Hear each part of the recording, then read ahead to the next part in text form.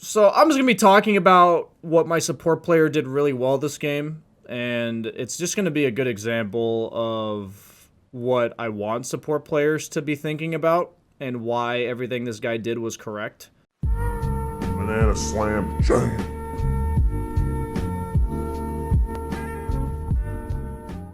So just so people know the lane, it's me and an Earth Spirit. I'm the Veno versus a Anti-Mage and a Monkey King 5.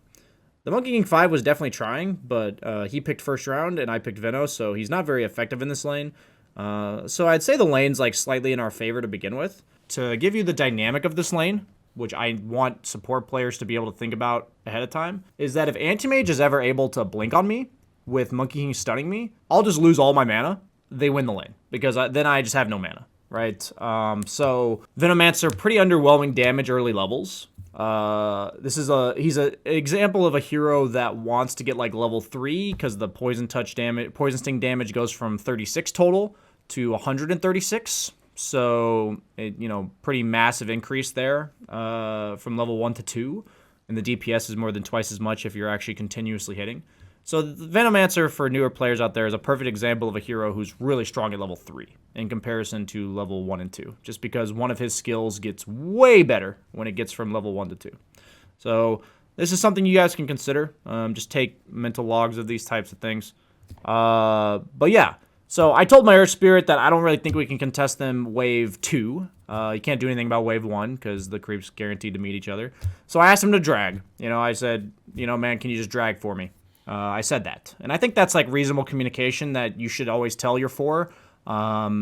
Because even if they think they should drag, they don't always know what you want. It can vary from player to player too. So I asked him to drag, and it's because I wanted level 3. And I wanted to avoid confrontation before I was level 3. So notice what Earth Spirit's doing. I told you exactly what would cause issues for me. And it was that Anti-Mage like walks or blinks at me, he's higher move speed, and the Monkey King stuns me, and I lose a lot of mana. So, a perfect example of what a support could be doing wrong. I'll go ahead and turn my camera on to say hi to you guys. Perfect example of what a support could be doing wrong here is that they're standing over here. So like, because I told you what could go wrong for me, I need Earth Spirit to be consistently scouting the Monkey King and consistently sitting between where the Monkey King would be and me. So notice how he's playing over here exclusively. He's now like looping around to try to cut the creeps, but he's playing on the left side of the lane, which is exactly what I want him to do because of what I said could go wrong for me as an offlaner. So that's a first step. So then we're going to play it forward here. He's going to cut the creeps. He's going to block the small camp with his body. He even blocked it with a ward, but he blocked it with his body to hide the fact that it was blocked by a ward. And he's actually going to take a super long route. Now, the beauty of this super long route is awesome. I mean, here's what we're going to talk about. I want you to ask yourselves, viewer to myself, why didn't Earth Spirit just walk this way? Why did Earth Spirit walk all the way this way? Give yourselves a second to think about it. What's the difference between Earth Spirit walking this way and going up as opposed to going all the way around? So there's a few factors, okay? And this is the kind of stuff that I was so happy with my support because I didn't have to say anything. So if he pulls it this way, Anti-Mage could easily drag these creeps over to here. And then what we're going to get is a lane that's like a confrontation over here, which I already told you. I'm trying to avoid confrontation. Who wants to help more? An Anti-Mage level 2 or a Venomancer level 2? So let's say he's over here. And you may say, BSJ, you could level Gale and help him out. What if he's over here and I'm over here? I don't want to walk near Anti-Mage, right? I don't want to be near him because I don't want to get mana burned. If a confrontation goes on between Monkey King and Earth Spirit over here, which if a support fights a support, that often means a core is inclined to help. Who's going to help better? The 280 move speed Veno or the 310 move speed Anti-Mage that can blink over? Who's going to help if there's a confrontation over here at the big camp? And the answer is the Anti-Mage. The Anti-Mage is going to help. So what he does by dragging this wave out is he gives me time to like poke the Anti-Mage a little bit. Anti-Mage doesn't feel comfortable tanking creeps for like 20 seconds. He's not going to tank these creeps and then meet them up here. That's super awkward for him. Anti-Mage would have been okay to tank creeps for like 5 seconds to drag him over here. But now what he does by doing this is it avoids confrontation. And this is just really cool. So now I get to play the lane without any confrontation with the anti-mage. I get to walk over here. I get to help as opposed to the anti-mage if Monkey King comes over, which means we get control. And then he helps block a little bit, and we actually pull it into this range creep. There's a lot of little things that are adding up here. So he does that, and then he walks back over, scouts out the Monkey King, scouts out information for me, gives me solo experience back here. In the meantime, then he even helps me tank creeps a little bit. Just a bunch of little things that are going awesome. I think he's going to soak level 2, which is absolutely fine. It's perfectly fine if he wants to do that. But notice how he knows the lane's pulled back for me. The only thing that can go wrong is the opponent pulling the large camp. That's like the only thing, because he's blocked the small camp and he's aware of this, right? So he knows the only way that the opponent can fix the lane is by pulling the large camp. And he also knows that Monkey King is going to be playing over here. So once again, he's accounted for what I need from him as a hero, and also the only thing that could fix the lane for the opponent. And he immediately walks over. Times where you can soak XP here is when there's nothing else to do. You know, if you're an Earth Spirit, there's no big camp, no small camp, and you want level 2, you can sit right here and get it from me, right? But right now, there's something else that needed to be done. So he goes over and contests the pull real quick, and then rolls away and comes right back. Very cool. Very small thing, but then he plants himself right back in front of me. So he's pinging out this pull. Not much we can do about it since it's a massive creep wave. But he's going to be soaking XP over here, giving me vision of like what's happening. So I have a general idea of the timer of like how long it is till I have to come over. And then he even nukes the creeps to like fuck with the anti-mage a bit. And what this does is it helps make it so the Monkey King has to stun us. So let's continue a little bit. Lane's pushing into me. There's no pull camps. Notice how he just f***s off. He has absolutely nothing to do with this lane over here. He's just f***ing off. This is a really important skill to realize, guys. Lane's pushed into me. I'm a Veno. I'm level 3 now, so I don't mind laning against the anti-mage. It's actually a good 1v1 for me now, because anti-mage can't really blink on me. I'll just gale him.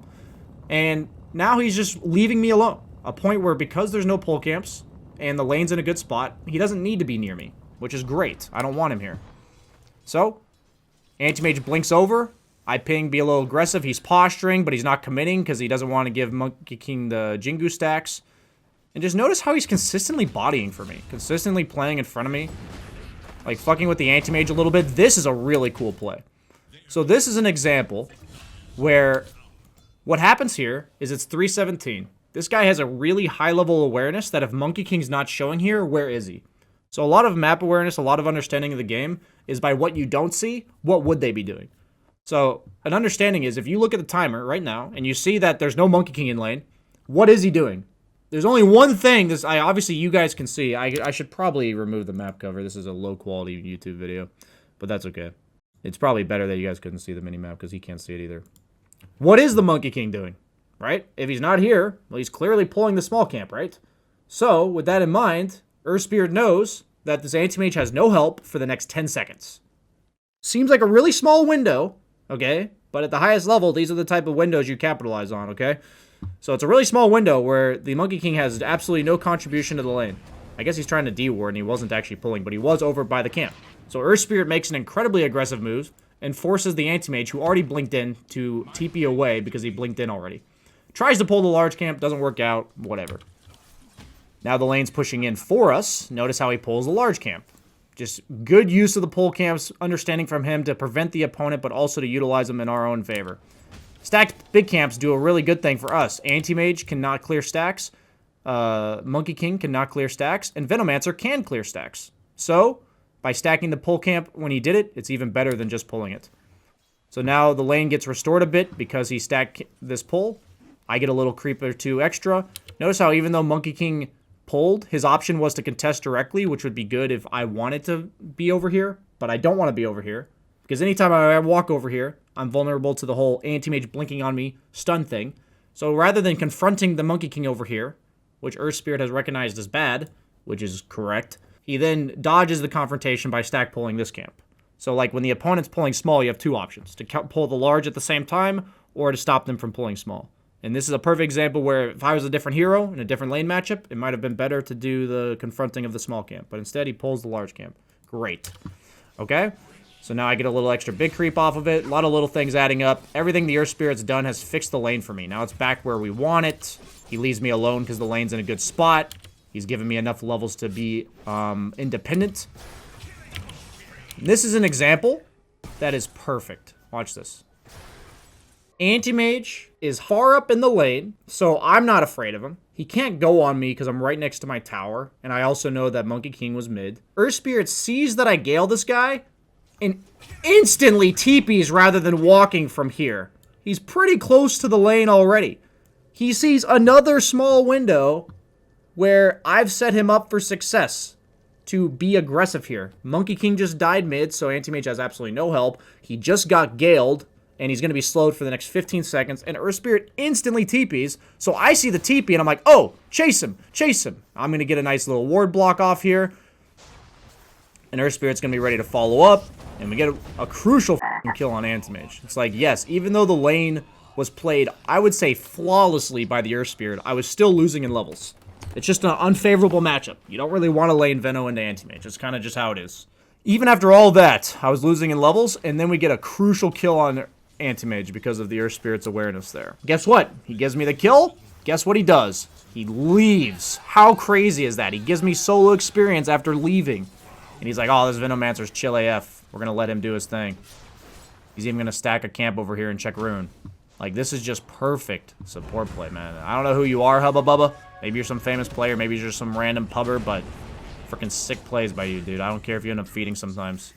Now I get to be a lone bottom. So now I've got a catapult. I'm pretty strong because I'm level 6. But I'm independent. So it's kind of like wait for a moment to be aggressive. But we've got the catapult. It did die. But he's like, oh, this Anti-Mage is alone. We saw the Monkey King on the map with the ward here. So we're like, oh, mess with this guy. So I Gale him. He's patient. He's not forcing anything. He lets Anti-Mage go for a CS! Now, I swear to you, most Earth Spirits would roll the second that I Galed this Anti-Mage. But what I need you guys now to understand about high-level skill shots is at this point, the Anti-Mage could either hit this creep or continue backing off. And there's really no guarantee he's going to do one or the other. He's going to do one of those, but there's no guarantee. However, when this creep gets low, the Anti-Mage is going to turn around and hit it, guys. He is going to turn around and hit it. And if he doesn't, you know, good on him for having the god tier awareness to not hit that creep, okay? So he turns around, hits the creep, and then Earth Spirit goes for the roll. This is how you land skill shots, people. You predict what the opponent's going to do based on, like, what's in front of them, the creeps that are low and all that kind of stuff. Perfect freaking skill shot usage by Earth Spirit here, and we get another kill on Anti-Mage. So, yes, sounds like I was kind of, you know, sucking on the D of this Hubba Bubba guy, but I think it's nice to have a video that talks about how happy I am with the support that I'm getting and all the things they did right and why it was right. The emphasis being why it was right. So, hope you guys enjoyed a little bit of support content. You know, turns out it's probably a pretty good video. So, thanks for watching, guys. See ya, nerds. If you liked this video, please like, comment, subscribe to the YouTube channel, all that shenanigans, because at the end of the day, YouTube does care about that. You may not care about it, I may not care about it, but the YouTube algorithm does. So, please do.